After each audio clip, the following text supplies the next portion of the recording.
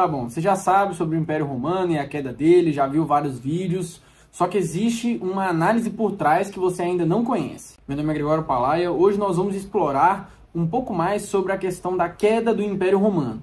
Eu não vou ficar citando nomes ou batalhas ou algo assim do tipo, porque eu acho que isso é um assunto muito tratado já em livros e internet e tudo mais. Queria fazer uma análise mais profunda, né? Então, bom, o Império Romano, ele foi sendo lapidado, né, ao longo de muitos anos por meio de um sistema monárquico, aí depois transformou-se em república, e aí, a partir de Júlio César, conseguiu fazer essa transição para império. Ele não foi imperador, mas ele fez essa transição para Império Romano, e aí sim, depois deu continuidade como Império Romano.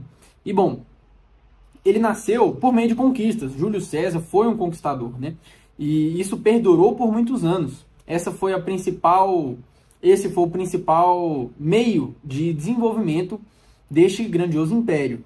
E a partir disso, Roma dominou a Europa. Dominou a Europa, conseguiu pegar também norte da África por meio do Egito, pegou um pouco ali daquela região árabe, né?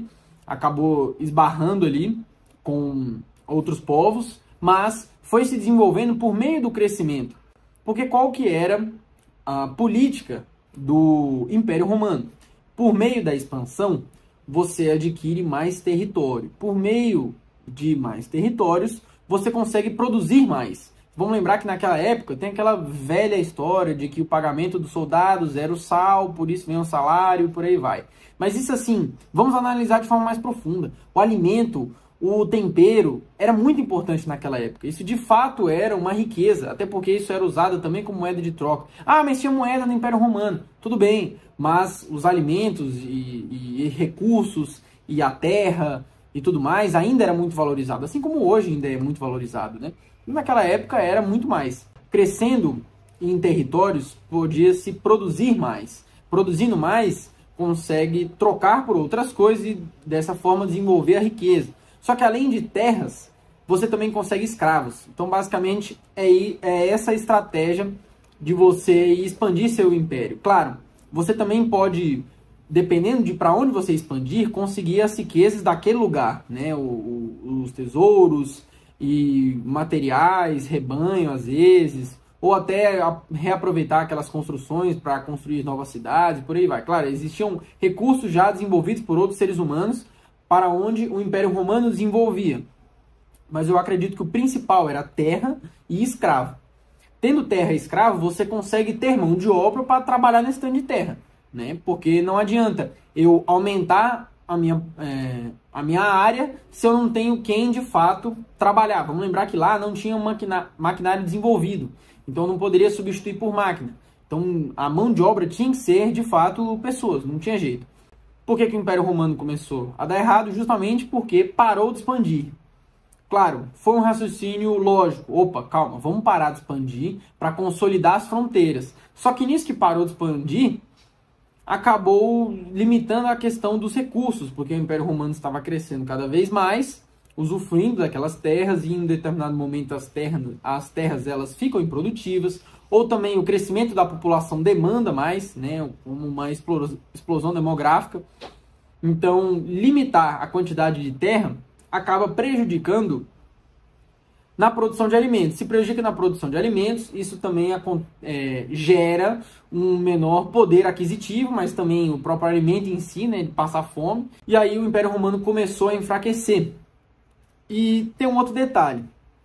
Expandir é interessante, naquela época, né? Expandir era interessante, porque você conseguia terra e recursos, como eu disse. Recursos de uma maneira geral, incluindo a terra. Porém, você cria uma dificuldade, porque você precisa proteger mais área. Ter mais terras, você consegue aumentar os seus recursos. Porém, você demanda de uma maior proteção, porque a área fica cada vez maior. Claro, o exército estava sendo treinado, outros exércitos eram incorporados, porém, quanto maior é a área que você está protegendo, maior a chance de você ter uma parte enfraquecida.